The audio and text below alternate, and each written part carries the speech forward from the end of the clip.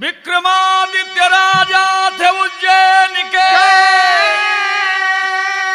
जिनके बारे में इतिहास देता गवाही। न्याय इंसाफ जिनका प्रतिष्ठित रहा, सदा दूसरे की जो करते भलाई। उनके दरबार में शिल्पी गया, हाथ में थी कलम और कागज स्याही। मान सम्मान पाकर के विद्वान बोला, सिया राम राजा के सम्मुख चिताई।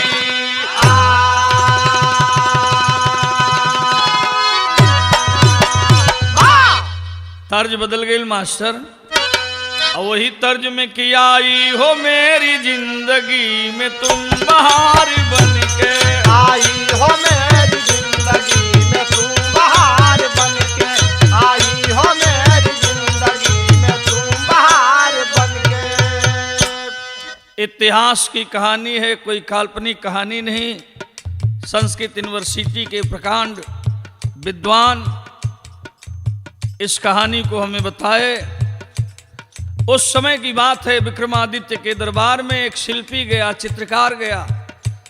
दरबार लगा था, कहा सरकार मैं गरीब आदमी हूं, कुछ पैसे की मुझे जरूरत है। राजा कहा बैठो सब्र करो, मिलेगा, पैसा मिलेगा तुम्हें।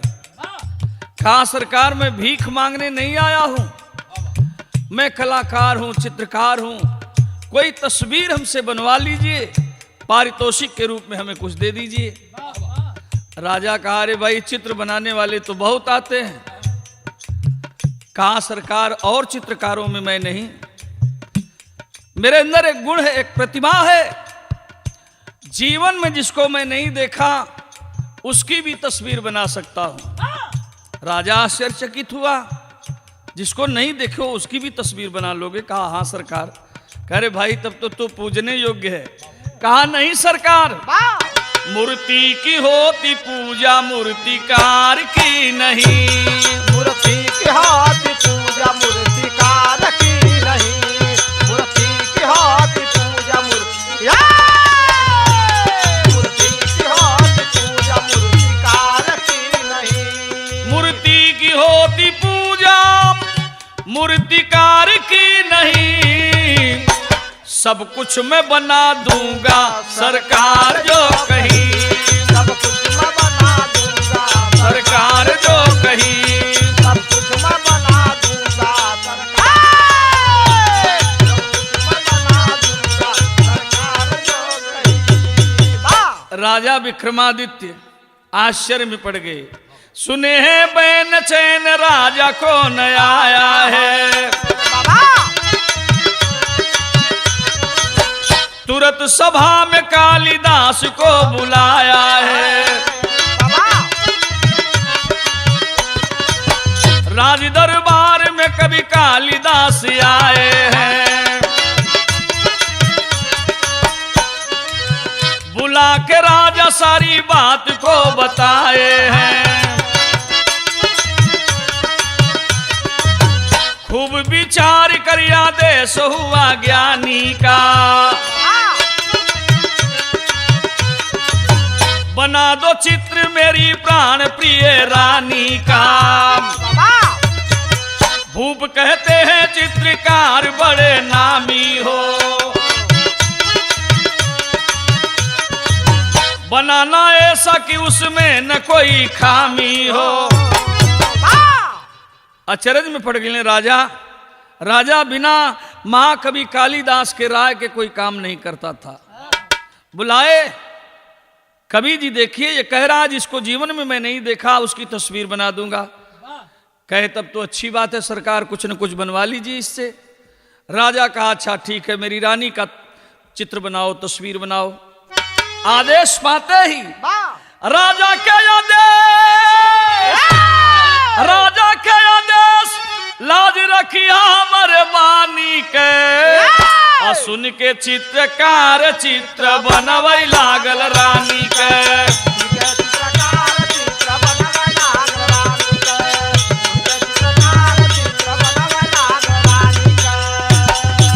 अरे भैया बिना देखले चित्र देहल रानी के बनाई। देख राजा ज्ञानी तब गईले अघाई।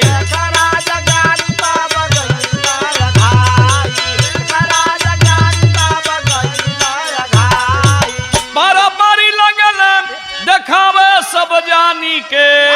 और सुन के चित्रकार चित्र बनवै लागल रानी के।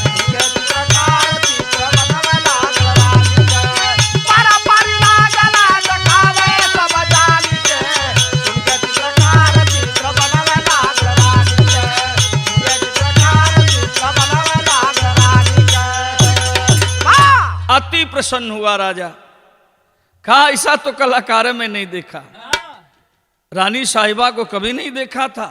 इतनी बढ़िया तस्वीर बनाया, हुब बना दिया, सोराहाना बना दिया। कवि जी जरा देखिए तर्ज बदल गए मास्टर। ये बिलासपुरी भाषा में हो। चिउटी चबे कस लागे रे दीदी, चिउटी चबे कस लागे रे दीदी, काटा गले जस लागे रे ज्यादा नहीं फिराबे हो ज्यादा। अंगन में आ गए फूल बेचैया, कान से डाले रे नाक से डाले, कान से डाले ना।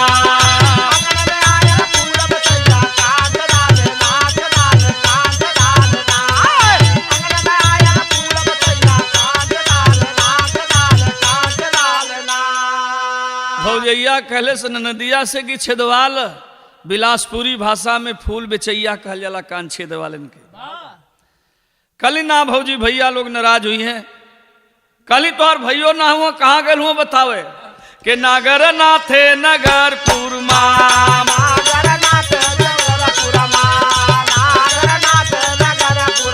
रजनामा लिखावै जबलपुर महाराज।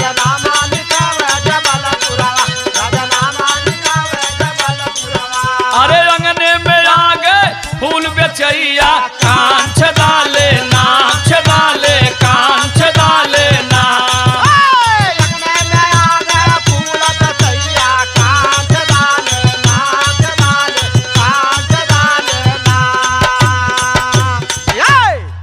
बड़का भैया नगर के बहरे नागर नाथे मतलब हर न धले हूँ। आ दूसरका जने बहनामा करावे गेल हूँ जबलपुर छेदवाल। लेकिन यही के रांची की ओर तो बदल दिली अपनी भाषा में, जहां सोकनी सोकना कहल जाला मर्द मेहरारू के।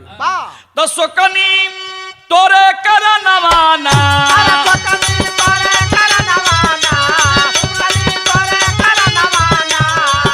अरे जइबो मगाया लइबो मसाया, तोके पहनाई छियो जी रे सोकनी हो।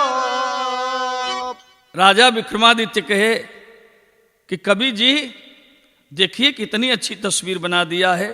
जब महाकवि कालिदास के सामने तस्वीर गई तो कविवर कहे सभा में ना, कविवर कहा सभा में ना, कविवर कहा सभा में ना। अरे बाना बचनिया बाए का कमिया जाने न दुनिया लाए बेटा हो। महाकवि कालिदास कहे एक कमी है इस तस्वीर में, झल्ला गया चित्रकार। राजा कह रहा कि हूबहू तस्वीर है, प्रजा कह रही कि एकदम सही बनाया है। ये कवि कह रहा है कि एक कमी रह गई, झल्ला गया चित्रकार। मिली मिट्टी में सब आशा,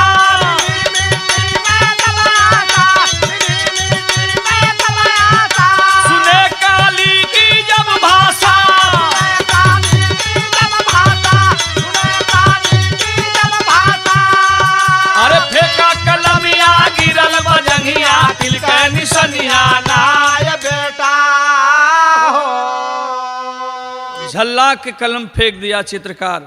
वही रानी के तस्वीर पर जंघे पर जाके कलम गिरी, निशान बन गया जंघे पर। कालिदास कहे कि आप सुरहवाना सही हो गया। रानी के जांग पर तिल थी, उसे तुम छोड़ दिया था। ए भैया, यह बतिया तो जहर हो गई। अरे तिल को ले दिल उदास होई गवा। राजा विक्रमादित्य सोच रहे हैं कि तिल को ले दिल उदास होई गवा, कैसे बात भलाई जनल कालिदास।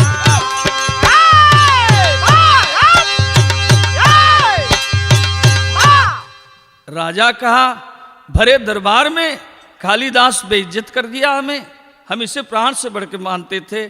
प्रजा कह रही है कि मामला क्या है कि कालिदास रानी के जांग का तिल कैसे देखे। तो करुण वेदना लिए हृदय में, अब राजा सोचे मन ही मान। खुले आम ले लिया आबरू, चर्चा होती है जन जान। ग्लानि से भर गया जिगर तब, एक पल भी ना रहा चैन। अरे घोर पाप कर किया कलंकित, मरवा वही कह कर जता।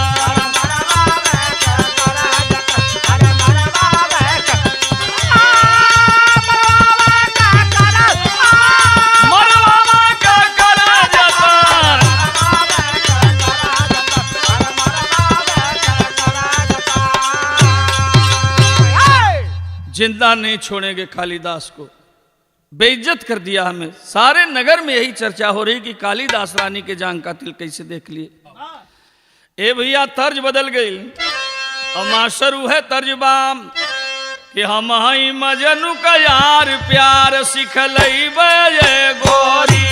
हम हई मजनू का यार, प्यार सिखलई बे गोरी।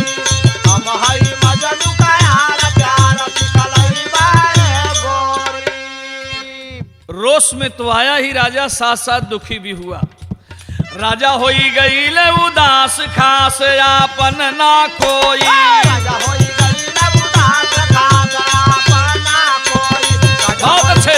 उदास खास आपन ना कोई। अरे जवन कालिदास रहले महलक नूर हो, आज दिल में खटकले बन के नासूर हो। तब नैना से बरस लयास, खास आपन ना कोई। नैना से बरस लयास, खास आपन ना कोई।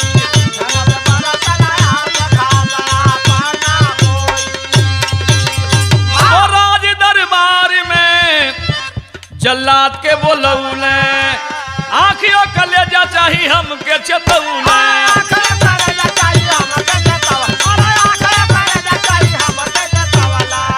वही जंगल में फेंक दिया लाश, खास आपन ना कोई।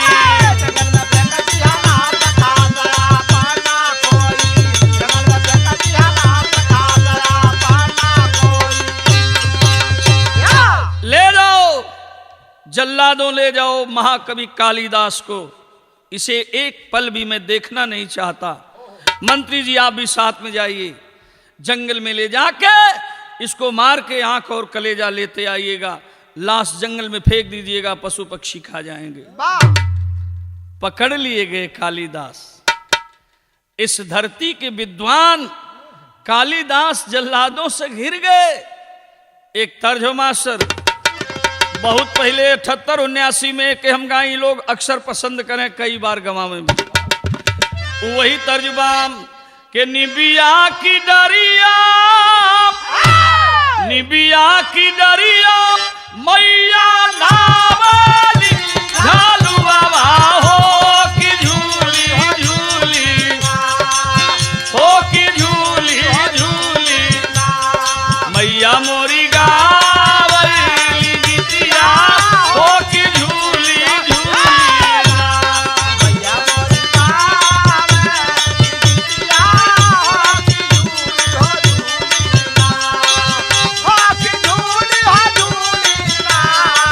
हो कि झूली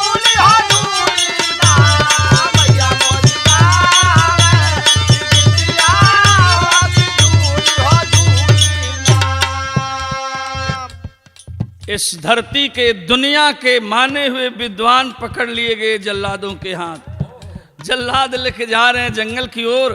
उस समय का भाव है, चलने कालिदास आस बरसा भरना या नवा हो कि पीछे बनवा, हो कि पीछे बनवा, जालिम बन गई रजनवा हो कि पीछे बनवाना।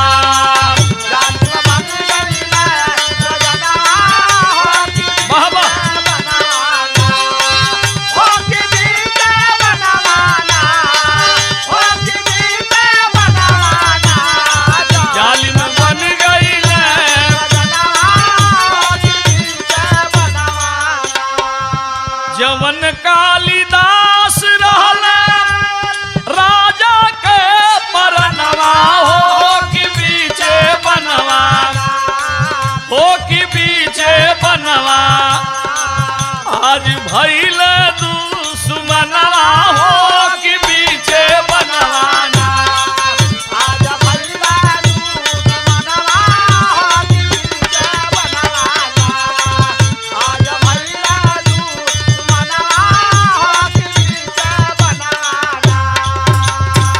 महाकवि कालिदास के आंखों में आंसू है, लिए चले जा रहे हैं जल्लाद जंगल की ओर।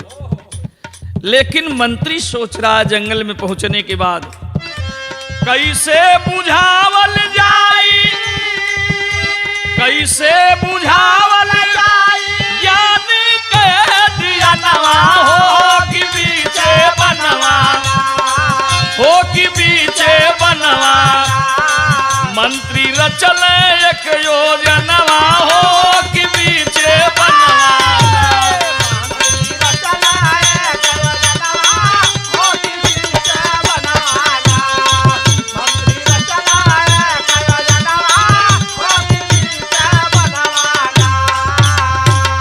काली के बचौने मरल जंगल में हिरनवा हो कि पीछे बनवा, हो कि पीछे बनवा, अइल राजा के समनवा हो कि पीछे बनवाना। अइल राजा के समनवा हो कि पीछे बनवाना, हो कि पीछे बनवाना, हो कि पीछे बनवाना, अइल राजा के समनवा हो कि पीछे बनवाना। सोच रहा है मंत्री, कालिदास को मारने का मतलब, महाकवि कालिदास को मारने का मतलब कि इस धरती से, इस दुनिया से ज्ञान का दीपक बुझ जाएगा। निर्णय लिया, एक हिरन मार के आंख और कलेजा लेके आया है। जब चलने लगा मंत्री कहा कवि जी चलिए साथ में। आंखों में आंसू भर गया कालिदास के, रोने लगे। जो राजा इस ढंग का निर्णय देकर मुझे भेजा जंगल में, उस राज में कैसे जाऊं। कहे सरकार आप मेरे साथ चलिए, इसे मैं गुप्त रखूंगा, राजा तक ये खबर नहीं हो पाएगी। लिवा के चला है, तनी बढ़ा ला मास्टर। ए भैया कालिदास मंत्री के रह भवनवा दुनिया जाने ना, राजमहल में घटली एक घटनवा दुनिया जाने ना। कुछ दिन के बाद राजकुमार गया जंगल की ओर शिकार करने। जब शिकार करने गया है, उसके साथियों का साथ छूट गया, अंधेरा होने लगा। तो राजकुमार एक दिन जंगल में शिकारी खेले गईले हो, साथ छुटल बा साथी के, वन में अनार हो गईले हो। शेर दहाड़त आ गईले समनवा दुनिया जाने ना, छड़ी के पेड़ पर बचावल चाहे जनवा दुनिया। साथियों का साथ छूट गया, दहाड़ते हुए शेर आया। शेर की आवाज जब सुना राजकुमार राजा विक्रमादित्य का पुत्र सुरक्षा के लिए पेड़ पर चढ़ गया। जब पेड़ पर चढ़ा है तो देखा क्या, पेड़ के ऊपर भालू बैठा, पहले से ही जाई हो, राजकुमार के ऊपर नीचे घेर के मौत आई हो। तब तक भालू बोल बड़ा दई नवा दुनिया जाने मना मित्र जब आ गई लगो नवा दुनिया जाने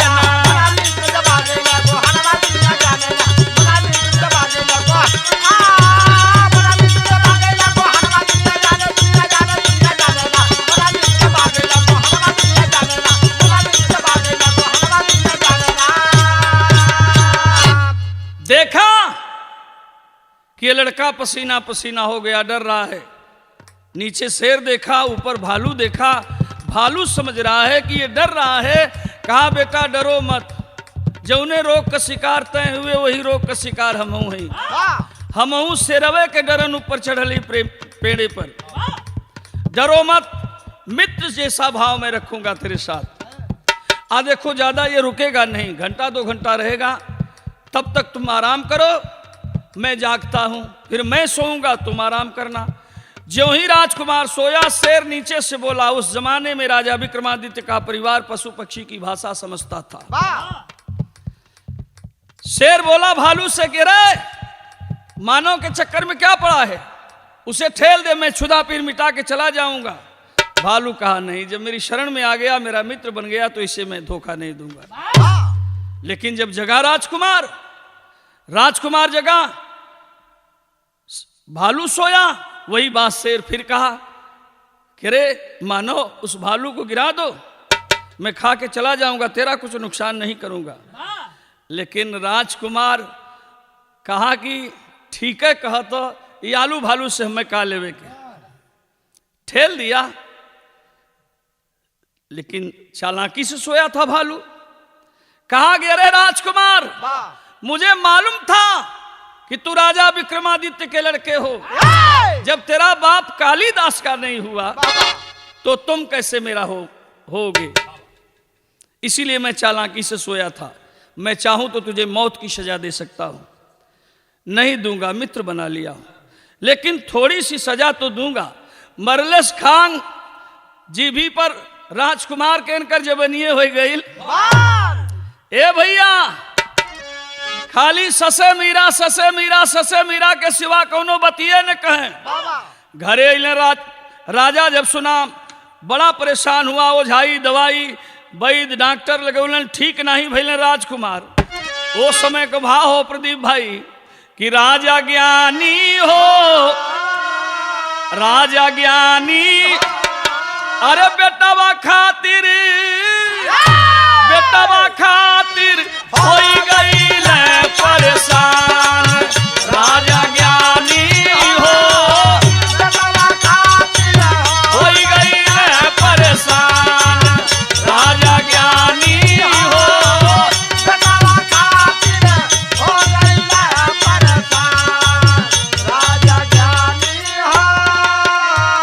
कई महीना बीत गए। मंत्री कहला कि सरकार अगर आप चाहते एक उपाय हो, हम उपचार करा दे। कहला कैसे उपचार करेगा, तो मंत्री जी कहलन। मंत्री बोला एक दिन राजा बिटिया मोर सयानी, आज्ञा होता लिया अरे हर ली है परेशानी की। राजा ज्ञानी हो, राजा ज्ञानी, बिन देखले कट गई है सब व्यवधान। राजा ज्ञानी हो, राजा ज्ञानी हो,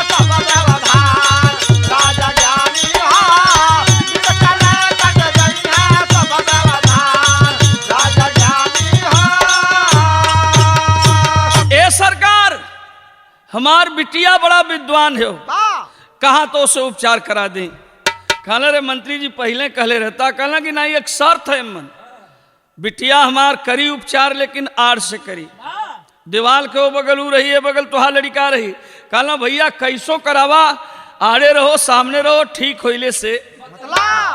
तब राजकुमार के साथ राजा बैठे हैं उस पार।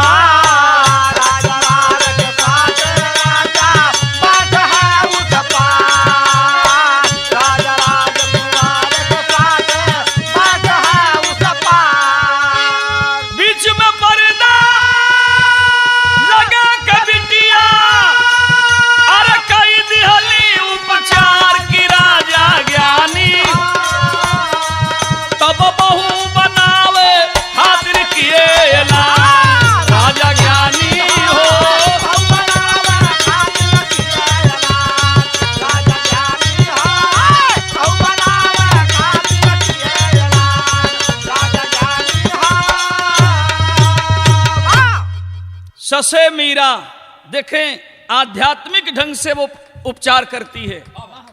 पहले ये चारों अक्षर से उपचार किया उस लड़की ने कि शरणागत को मरवाना है राजा का कर्तव्य नहीं।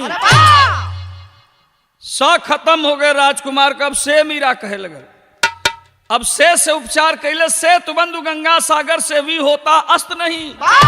दुनिया का तीर्थ कह लो लेकिन ओकर पाप कटी वटी नहीं। से भी खत्म हो गए। मीरा मीरा कहे लगल तो मी से उपचार कैले से मित्र द्रोही विश्वासघाती तब तक नरक में रहते हैं, सूर्योच्छा जहां में जब तक सदा चमकते हैं। मित्र द्रोही और विश्वासघाती जब तक धरती पर सूरज चंद्रमा कायम है तब तक नरक में ही रहते हैं। मी भी खत्म हो गए। अब रा करे लगल तो रा से उपचार कैले सु। राजा का धन प्रजा के खातिर, राजा प्रजा का रक्षक है। अरे कर लेना एहसास पिता यो पुत्र बने क्यों भक्षक है। दोनों बाप दोनों समझ लो। कालिदास के साथ धोखा किया तेरा बाप और तू जंगल में भालू के साथ धोखा किया। राजा अचरज में पड़ गई कि हो सकला मंत्री जी हमार कहानी बतौले हूं, लेकिन ये राजकुमार और भालू की बात कैसे जान गई जंगल वाली। राजा कहे मंत्री जी मैं अति प्रसन्न हूं आपकी लड़की से, ये कैसे जान गई ये तो बताइए। मंत्री कहा सरकार मेरी लड़की अध्यात्म के बल पर जान गई। आध्यात्मिक भी है। कहे मैं इसे बहू बनाने को तैयार हूं राजघराने में। कहीं तो पूछना पड़ेगा उससे। गए अंदर आए, कहे कि सरकार वो कह रही कि धोखेबाज है बाप पुत, कौन जाएगा इनके घर में। अब राजा सोचने लगा कि ऐसा तो नहीं कि कालिदास भी आध्यात्म के बल पर जान गए कि रानी के जंघा पर तिल है।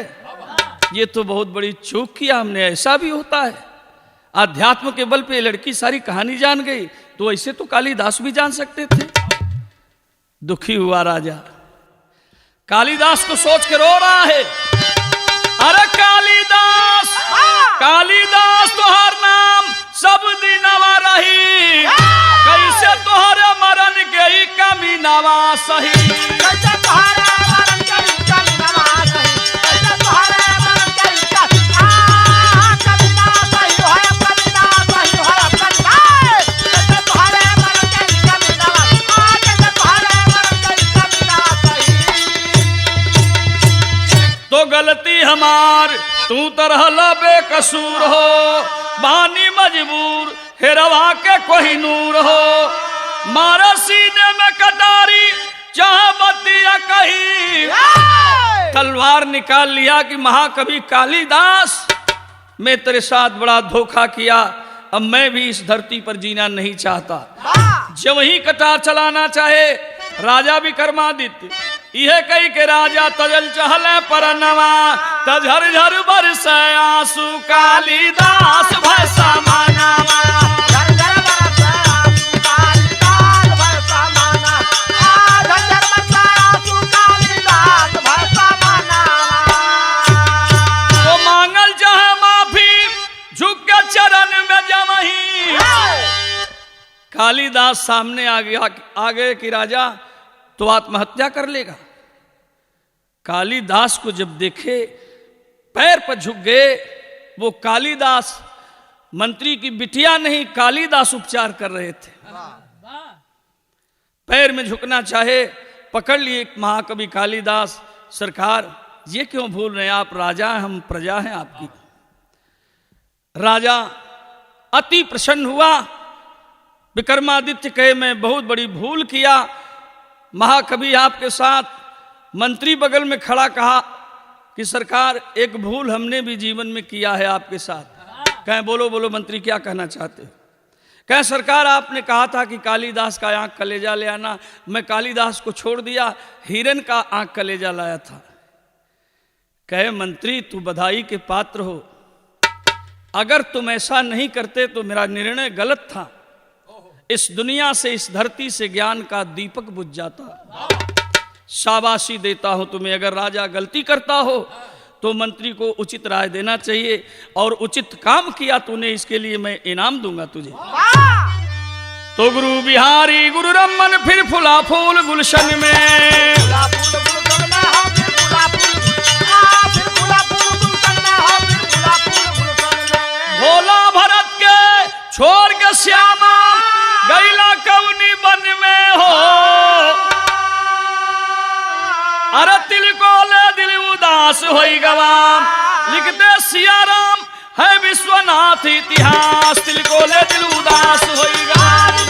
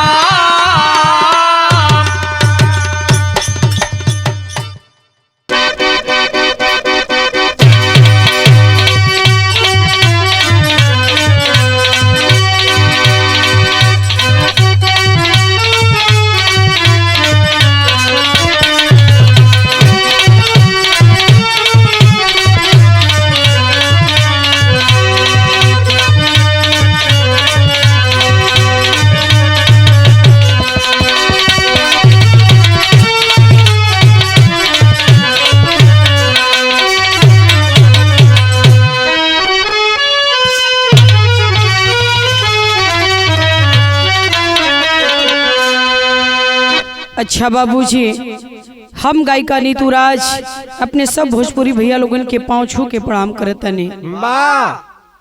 ये बिरहा आप लोगन के बीच में जाई, जो ना बिरहा के शीर्षक बार रविदास का पानी।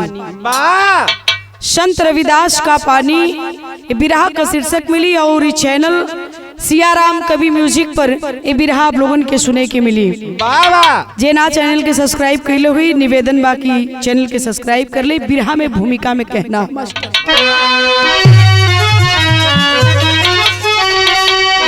कुछ अहम हो ही जाता बड़ा होने पर, देवदान या विद्वान ज्ञानी महर्षि खूब वाहवाही होती जहाँ में है जिसकी, वही अपनी तारीफ करता है वैसी।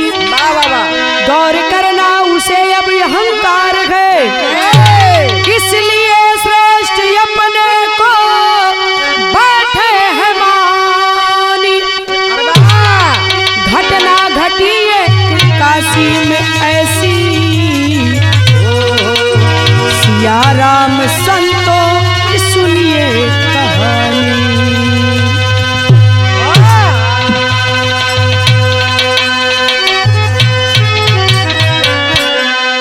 कुछ हम होता भी है सम्मान बढ़ जाने के बाद, जहाँ कुछ नहीं अगर कुछ मिल जाता है तो खामोखा अहंकार हो ही जाता है। चाहे वो देवता हो, दानव हो, मानव हो, कोई हो, इस धरा धरती पर कोई बचा नहीं अहंकार से जिसे अहंकार नहीं हुआ। और जो अहंकार से बच गया जान लो कि सारा संसार उसकी मुट्ठी में हुआ। तो बिरहा बनारस यही काशी कहा, और काशी में संतों में महान संत रखे संत रविदास जी। बिरहा में गजल कौन है मास्टर?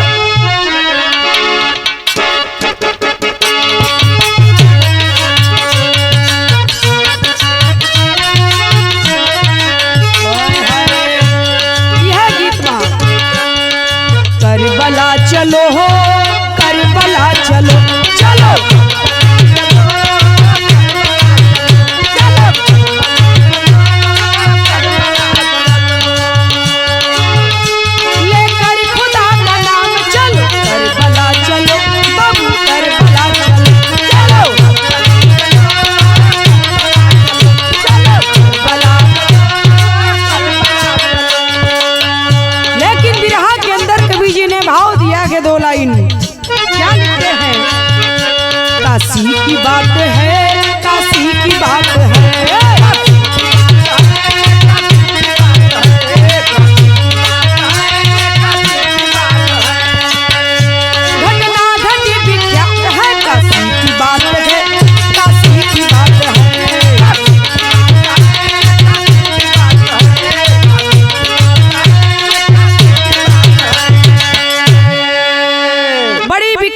घटना घटल बा यही काशी में। वाह कहानी शुरू हो गई का।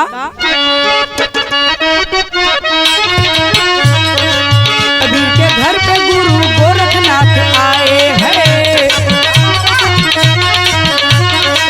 देख कबीर उनको फूलों ना समाए हैं, उनके साथ अपनी बेटी ले कमाली को चले रविदास पास देखिए खुशहाली को। देख रविदास जूता छोड़ भाई पानी को, लाए 2 गिलास थमाए दोनों जानी को। सही बात के समझ नहीं बाबूजी। संत रविदास जी जैसा कि आप लोग जानते हैं कि यही काशी बनारस में रहत रहलन वाह और चमड़े का कारोबार करते थे। चमड़े का जूता सिलना यही उनका निजी काम था और इसी से उनकी रोजी चलती थी। वाह एक बार गुरु गोरखनाथ चले और आते हैं काशी में, आकर के कबीर के पास गए। कबीर दास से गुरु गोरखनाथ जी की अच्छी बनती थी और जब गुरु गोरखनाथ जी कबीर दास के दरवाजे पर आए हैं तो कबीर दास की एक बेटी थी जिसका नाम था कमाली। वाह कमाली से कहलन कबीर दास की बिटिया गुरु गोरखनाथ जी आयल हो तनी कुछ व्यवस्था करा। जब घर में जाके इतनी बात कहलन तब बिटिया कमाली कलिन की बाबू घर में कुछ है ना है, हम का देई उन्हें। बात कबीर दास समझ गई, तुरंत अपने गुरु गोरखनाथ जी के लगे आके कहलन की चला यही बगले में रविदास जी रहलन तनी से चला उन्हों से भेंट कर लेवल जा। सिर करहिया में अब बिटिया कमाली के कहलन की बिटिया तोहू के चले गए तोहू घूमला।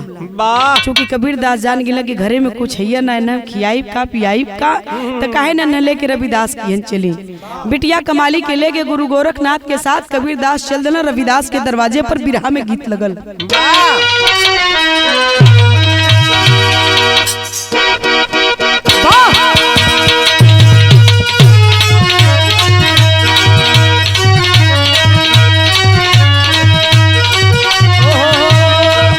यह गीत बा कोनो मेहरारू कहत बे ऐसन मर्द मिल गईल का कहे हम तो तर गईली हो सुनर कर पैली हो।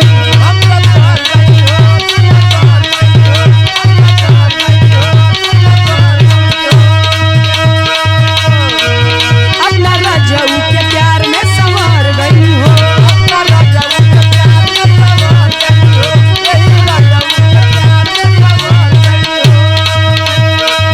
हम तो तर गई हो सुनर कर पैली हो।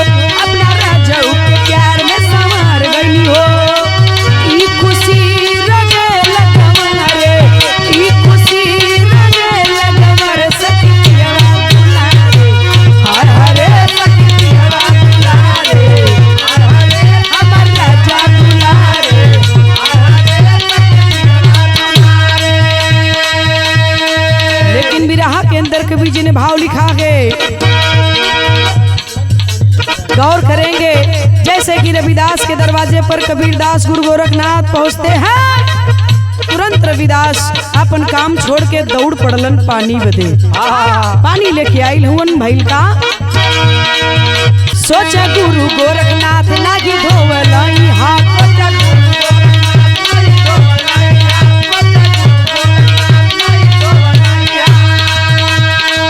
छीला चमड़ा हमेशा बटे चमारे कजात।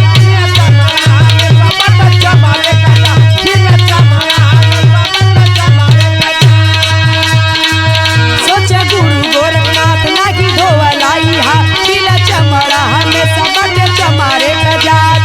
सोचे धर्म मोरा जागत नसल, सोचे धर्म मोरा जागत नसल नागी बाटी पियास नाही हो नागी बाटी पियास नाही हो नागी बाटी पियास।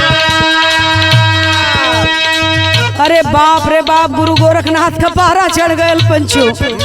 गुरु गोरखनाथ सोचे लगल कि अरे एक तो पहली बात चमार वो चमड़ा का काम कारोबार इनकर चमड़ा के बाद जात का चमार हुआ न हाथ धोला न गोड़ धोला वही हाथे दौड़ल पानी लिया कथन ला पीला। अरे मर्दवा कम से कम हाथ तो तुम धो लो चाहत धर्म में तमार तू नाश देवल चाहत हुआ ये पानी हम पिया तमार धर्म नष्ट हो जाई। तुरंत बहाना कर दिल कि हमरे प्यास ना लगल है हम पियासल ना हैला भैल का मास्टर कैला महना कमाली पी गई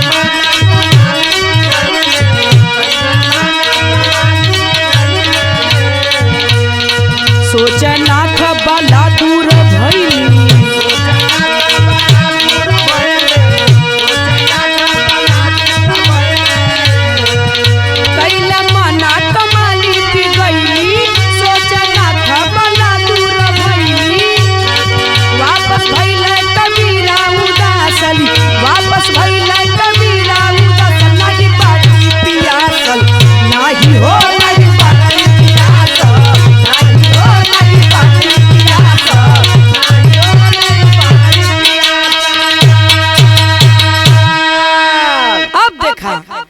हेल गई भैंस गहरा रे पानी में भैया हो यार गुरु गोरखनाथ पनिया ना पियला कबीर दास कला कि रे पानी पीला काहे पानी ना पियत हुआ गोरखनाथ कला कि नाई नाई हमरे प्यास हुआस नाई लगवा तो मन भुसुरात बाकी चमार चमड़ा छिलत हो हाथों ना धोना पानी लिया के दियत हुआ हमार धर्म नष्ट हो जाई मने मने में ही बात बा कला ना पियब तले कमाली वही बगले में कबीर दास के लड़की बच्चा छोटा सा बालापन उम्र रहे कहलिन की बाबू हमरे प्यास लगल कहता तो पनिया हम पी ले कबो कबो जिसे कवि जी के घर में एक ठे लड़की होकर नाव हल लाली कबो कबो वो कहले कि हम पनिया पी जाई मिठिया हम खा जाई नहीं कर लड़किया कहे कि कमाली कली कबीर दास का कि अगर कहता बाबू तई पनिया हम पी जाई कबीर दास कहला गुरु गोरखनाथ से कि बड़ा गलती कैला कहला कि अरे का गलती कैली कहला इतना प्रेम से वो पानी लेकिन उनकर प्रेम ना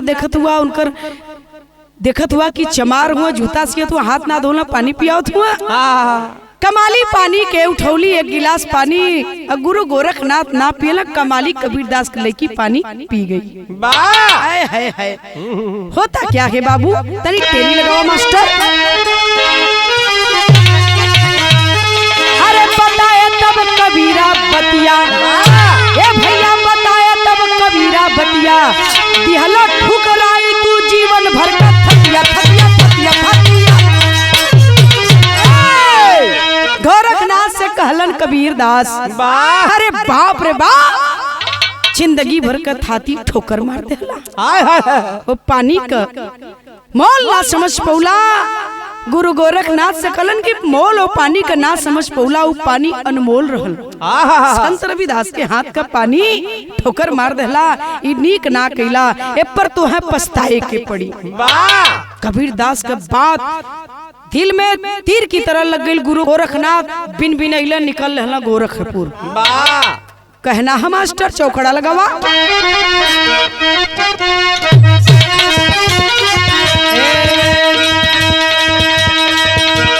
गुरु गोरख जी समझ न पाए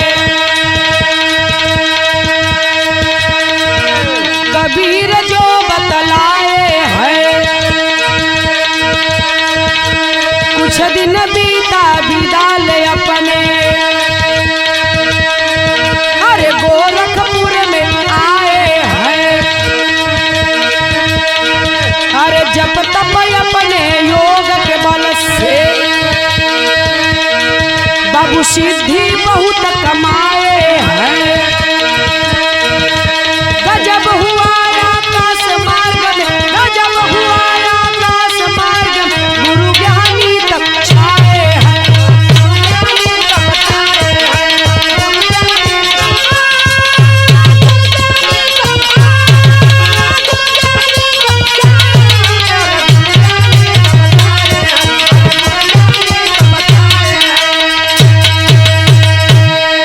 गौर करेंगे बाबूजी इधर गुरु गोरखनाथ अपने गोरखपुर अपने घर आ जाते हैं अपने मठ पर आ जाते हैं। घोर जब तब जितना पहले करते थे उससे ज्यादा करना शुरू कर देते हैं। इतना तपस्या किए, इतना जप किए, इतना तप किए कि उन्हें ख्याति मिल गई, कई सिद्धियां मिल गई, कई सिद्धियों को हासिल कर लिए। यहाँ तक कि आकाश मार्ग से जाना आना गुरु गोरखनाथ की मुट्ठी में हो गया।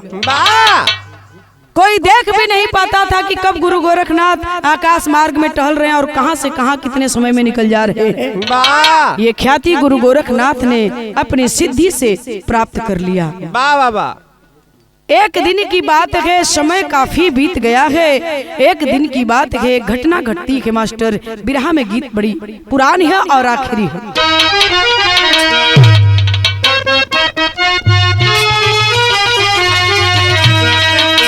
आज एकादशी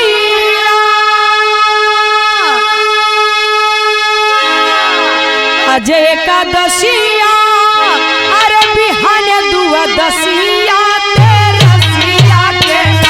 आई है हमारो सजनावा रसिया के सजनावा।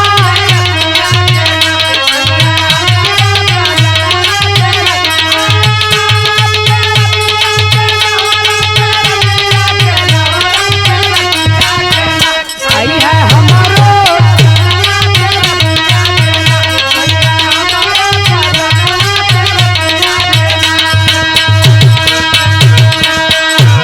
लेकिन बिरहा में कभी जी लिखत हुन का कि उड़ल या समाना उड़ल या समाना अरे जाने ला जहानावा घाटल घाटना कोई करता प्रणमावा घाटल घाटना।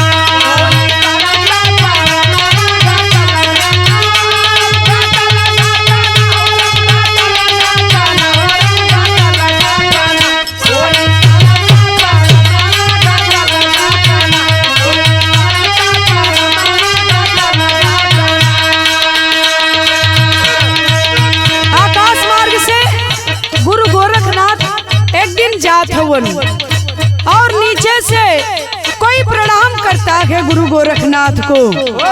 जहाँ गुरु गोरखनाथ आकाश मार्ग से जाते थे कोई देख भी नहीं सकता था।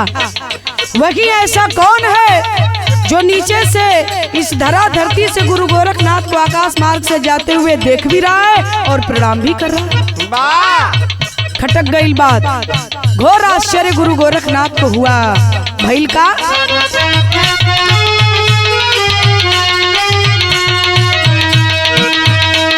घोर आश्चर्य भइला उतरा जमिया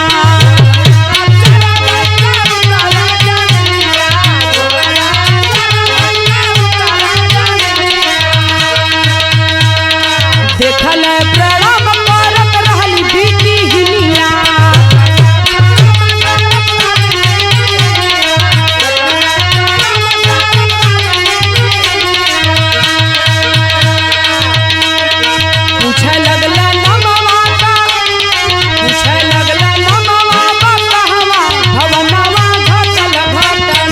कैसे देखलिया लुटनावा घटना घटना कैसे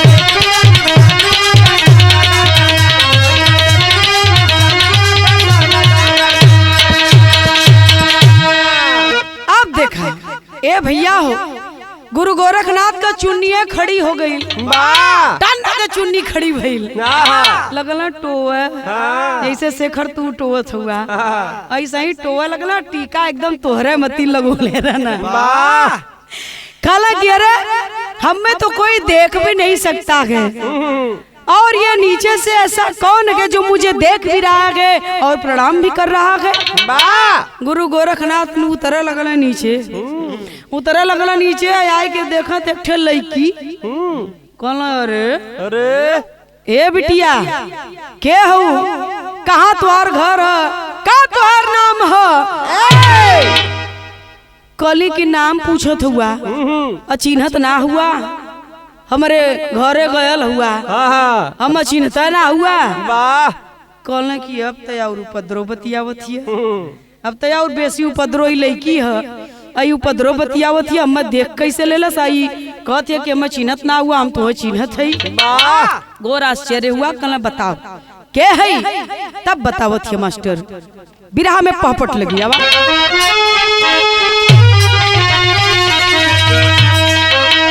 तो लगी बताने बाला पूरी, अरे कहानी दुनिया जाने ले। याद करा जब ना पियला तू पानी, दुनिया जाने ले।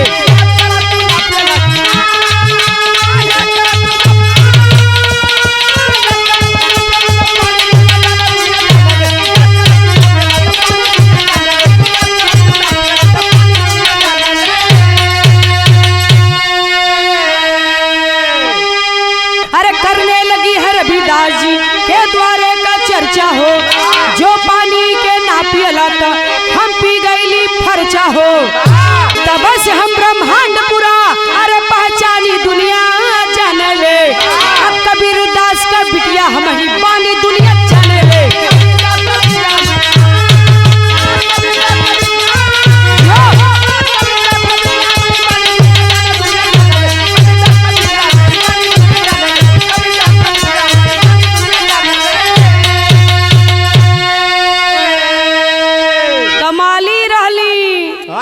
वो के रहल कबीर दास का लड़की कमाली रहली। कहली कि चाचा हम पहचानत ना हुआ, घरे हमारे आल हला बाबूजी से भेंट करे, हम कबीर दास का लड़की हिला। बाबूजी तो के लिए आए के गईला रविदास जी के यहाँ। जब रविदास जी के यहाँ गईला, वो पानी लेके अलन 2 गिलास में। एक गिलास हमार बाबूजी पनिया के पियलन, तो है देलन रविदास जी तो पनिया ना पियला, वो पनिया हम पी गईली। जब उनकर पनिया पियली तब से हम पूरा ब्रह्मांड का निरीक्षण करेला। यही बैठल हम पूरा ब्रह्मांड देखिला। यही सब आपका कृपा है। अगर आप न वो पनिया छोड़ले होता न हम पियले होई तो न आज लायक भयल होई। अब तो गुरु गोरखनाथ के पोछे छूट गए। अब चुन्नी खड़ी भले पोछे छूट गए। कल अरे बाप रे बाप, ये हमार कृपा करा पनिया आप कृपा है कि छोड़ देला ना पियला। अगर आप पनिया पी गल होता तो आज हम जहाँ के तह रहल हुई। ई दशा न भइल कि आज तू वहाँ के भ्रमण करत हुआ, यहाँ से हम तुम्हें देखत है। घोर आश्चर्य हुआ गुरु गोरखनाथ जी को। होता क्या कि मास्टर तनी आल्हा लगी।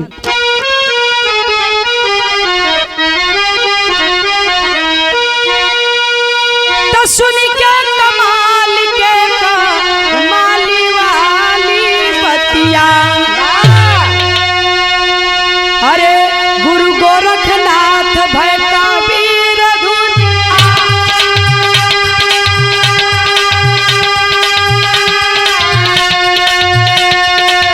कहला पियावा रविदास वाला पनिया।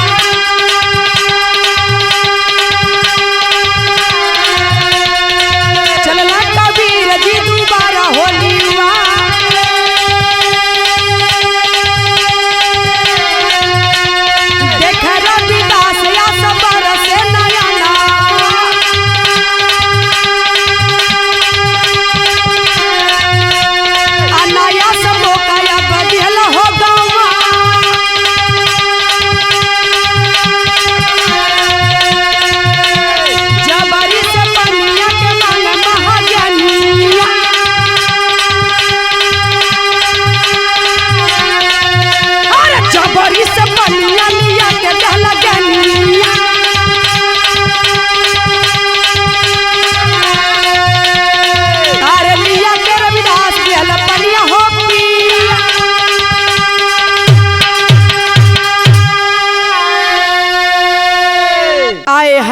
बाबूजी।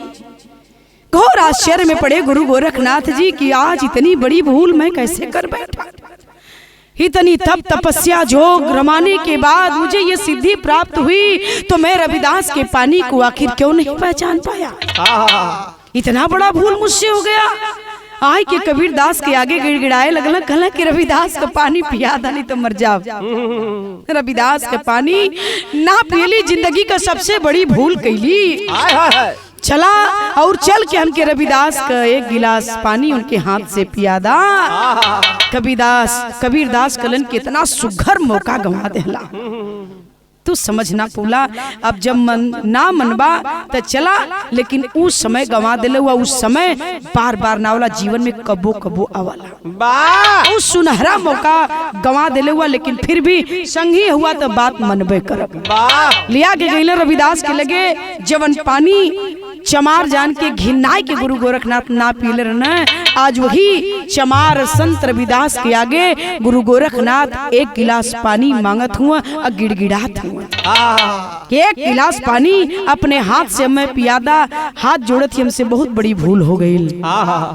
रविदास से पानी मांगत हुआ, लेकिन बारे रविदास जी मन में कोई ऐसी भावना नहीं है द्वेष की। रविदास उठत हुआ, ला करके पानी तो दे दिया और पानी पी लिए, लेकिन होता क्या है, बिरहा के आखिरी खड़ी लाइन,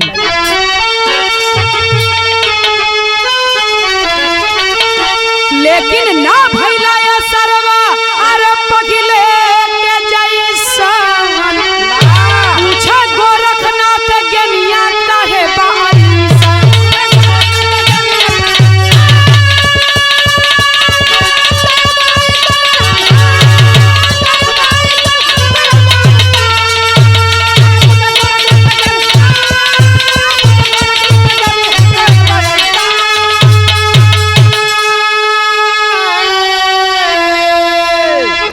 ला करके पानी रविदास जी देते हैं और गुरु गोरखनाथ उस पानी को पीते हैं। कलन की साधारण पानी लगत है, वो पानी हम मांगती जवन पानी ना पियले रहली।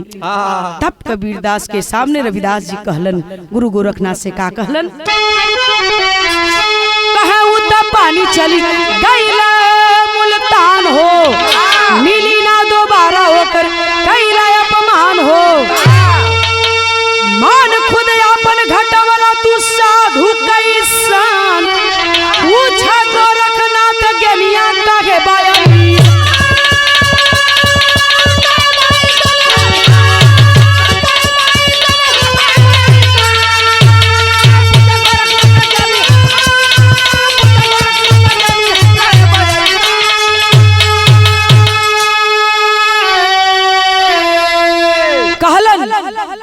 कि हम वो पानी मंगली है जवन पानी के ठोकर उले रही, ठोकर मरले रही कब्बो कबीरदास के साथ में आपके दरवाजे पर। हालांकि गोरखनाथ जी वो पानी तो मुल्तान चल गए, वो पानी उस समय ठोकर मरला, अब वो पानी हमारे पास ना न पैबा, वो पानी अब हमारे पास ना मिली, क्योंकि वह पानी तो मुल्तान चला गया। हाय हाय हाय हाय, घोर गलानी होती है गुरु गोरखनाथ जी को। होता क्या है मास्टर, तकिए गोरखनाथ रवि दास को प्रणाम हो, अमिल इतिहास में घटना तमाम हो, नाम दुनिया में निराला सब कराला दरसान, पूछा गोरखनाथ गनिया काहे बाई।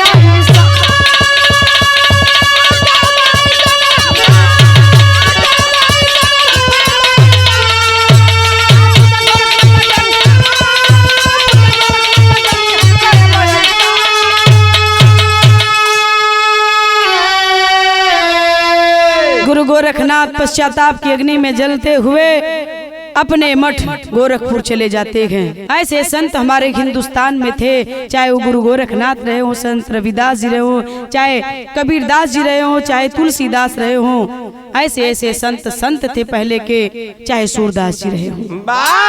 आज की संतों की मैं बात नहीं करती हूँ, कहानी यही खत्म, खानदान का परिचय। गुरु बिहारी गुरु रमन ऐसे थे इसी वतन में, अरे श्यामा सीताराम भरत जी विश्वनाथ के मन में, बताए तब कबीरा बतिया नीतू सिया राम का